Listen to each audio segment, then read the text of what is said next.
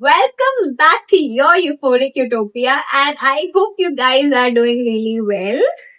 तो आज हम बात करेंगे भारत के असली साइंटिस्ट की जिन्होंने 2000 साल पहले ये कह दिया था कि दुनिया असल में एटम से बनी है। इनका नाम था महर्षि कणाद और इस वीडियो में हम जानेंगे फिजिक्स एंड मेटाफिजिक्स का उनका ज्ञान। मेन आइडिया ये था कि उनकी जो स्कूल थी, मतलब बेसिकली उनकी स्कूल नहीं थी, मैं सिर्फ बता रही हूँ कि महर्षि कणाद का मेन फोकस क्या था। तो उनका फोकस था कि रियलिटी को समझना है, यानी कि तुम्हें रियलिटी को समझना चाहिए। एंड रियलिटी को कैसे समझोगे? कैटेगरीज में डिवाइड करके, कैटेगरीज एज इन पदार्थों में।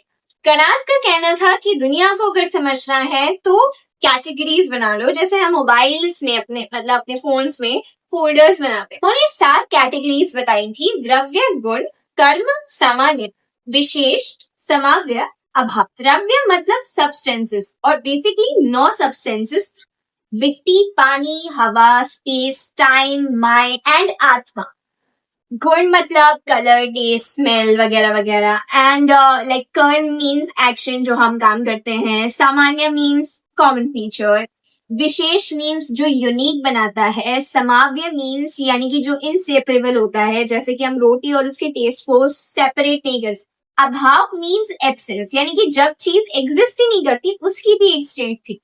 कणाद ऋषि ने कहा था कि दुनिया की सभी चीजें अणुओं यानी कि एटम्स से बनी है, यानी कि उन्होंने 2000 साल पहले ही हमें क्वांटम फिजिक्स का ट्रेलर दे दिया। उनका कहना था कि एटम्स इटर्नल है और जब एटम्स आपस में एक साथ जुड़ जाते हैं तो आप, हम और लाइक माउंटेन्स, ये टेबल, पंखा और इस तरह की सारी चीजें बन जाती है।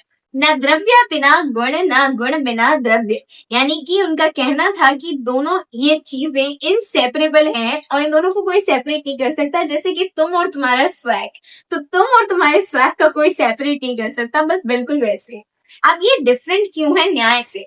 क्योंकि न्याय का पहले एक सिंपल सा फंडा था, जैसा हमने पिछली वीडियो में डिस्कस किया था। न्याय का फंडा था लॉजिक प्लस डिबेट, और वैशेषिक का फंडा था वो ये था categories and science. But later on, यानी कि बाद में ये एक साथ मर्ज हो गए और बन गई न्याय वैशेषिक फिलोसफी।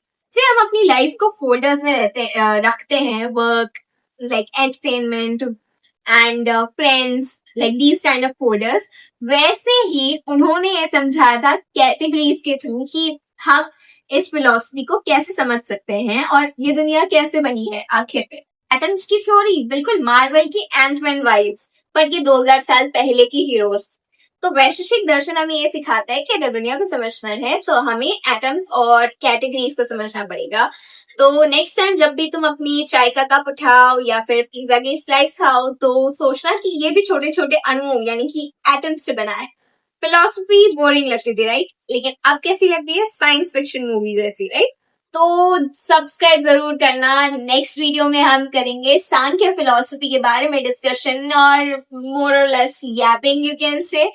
तो सांख्य फिलोसफी में स्टार्ट होगा पुरुष और प्रकृति का अल्टीमेट ड्रामा। सो या ओके, बाय। द्रव्य, गुण, उन्होंने 7 कैटेगरीज बताई थी: द्रव्य, गुण, सामान्य।